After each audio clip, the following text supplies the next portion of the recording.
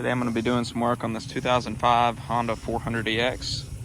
I was told that this thing was rebuilt by somebody and like they tore it down and did the motor and all that it's pretty fast. They have a stock 400EX also, and they said that this one's noticeably faster.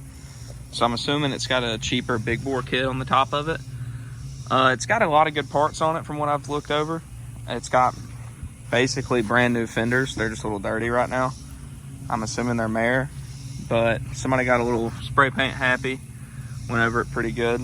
But the reason I've ended up with it, it has a oil leak, which I'm assuming is coming from the Stator O-ring, because I looked at it before I got all the oil off of it, and it was all caked up around that. So I'm assuming it's the little gasket that hooks to the Stator wire.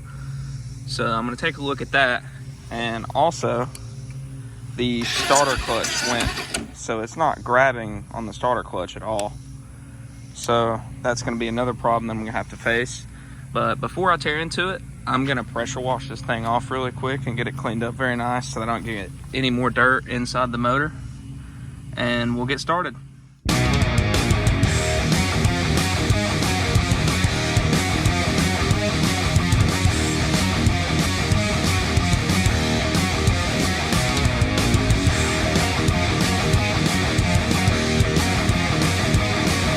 So now that I've got this thing relatively cleaned up and in the shop, let's go over the problems that I know about.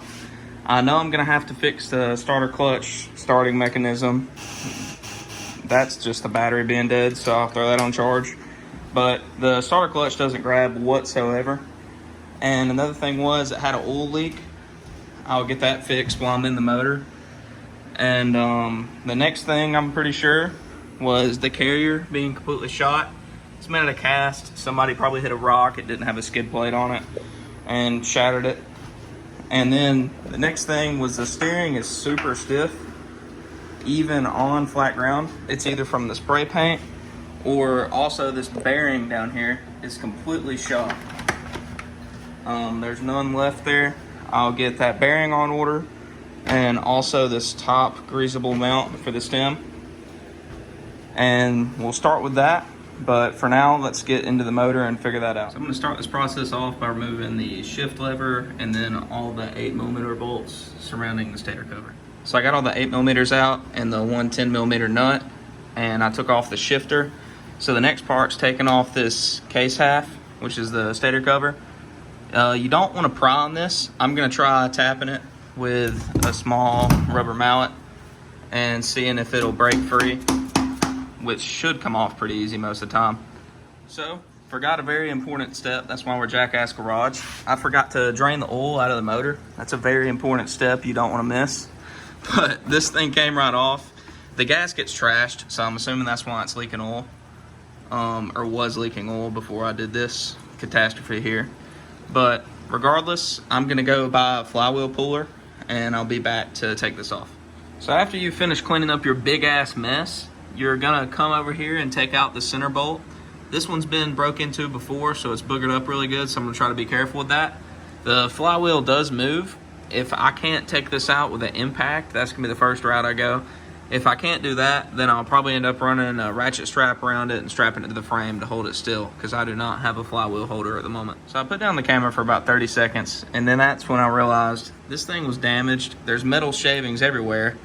These threads are kind of messed up, so I can't really use a normal flywheel puller even if I tried.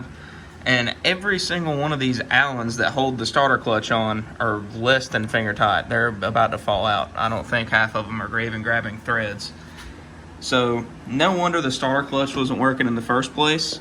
But I'm gonna go ahead and finish pulling the Allens that are in out, and I'm gonna thread on this little Harbor Freight bolt-on puller, and that should get me pulled out without messing up whatever threads are left on the flywheel. So after messing with this for a minute, this is the rig I've came up with. These actually thread perfectly out of this kit from Harbor Freight. This was only $17.99, and it's called wheel puller set. I had to ask for it, they had it in the back, but I put this puller on there, and then I had a socket that I don't really care about that fit perfectly in the back side of it. Make sure you have something to go down into the very back of it, because you don't want to damage your crank, and you also don't want to just bend this puller trying to pull on the pulley. So I'm gonna see if this will work and if I can get this popped off. So with that setup, it actually came off no problem. The socket I used was a 6 metric from Cobalt. I put it in long ways and it didn't damage anything whatsoever on the crank. I'm gonna get this pulled off and put it on the bench, and we'll inspect everything. So I'm gonna show you guys the easiest way to inspect this. You're gonna start by popping this out.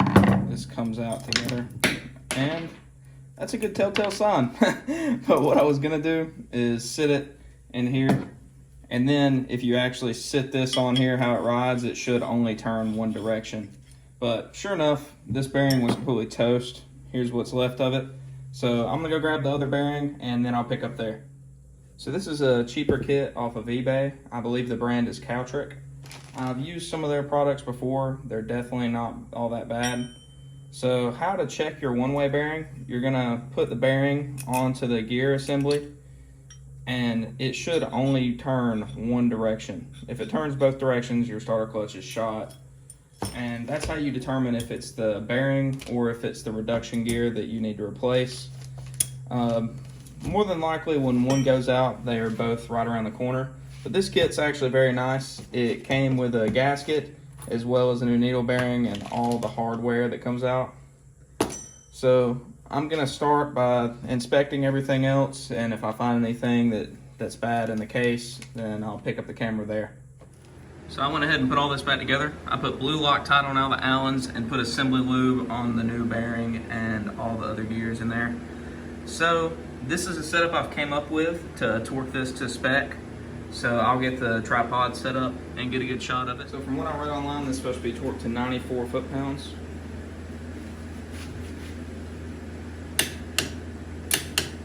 There we go. Should be all torqued up. So I actually just spent about an hour scraping off probably about 3 old gaskets off this thing, because if you remember, the initial problem was it had an oil leak. So the next thing I'm gonna pay attention to is this Stator gasket right here that's covered in RTV. I'm actually gonna clean this very well and then put some Yamabond Stage 4 on it. And I'm gonna let that sit before I even fill this with oil to run it. So I'll get that done and get all this tightened back up. So it's night time now. I just finished assembling everything. Let that Yamabond dry up pretty good.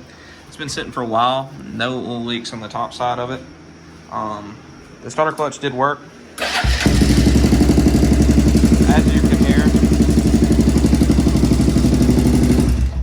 As you can hear, the valves desperately need adjusted. It does smoke a good bit, so hopefully the valves fix that and they're just that far out of whack. But we'll see in the next video. For now, if you guys have any questions, just leave them down in the comments, and I appreciate you guys watching. Thank you.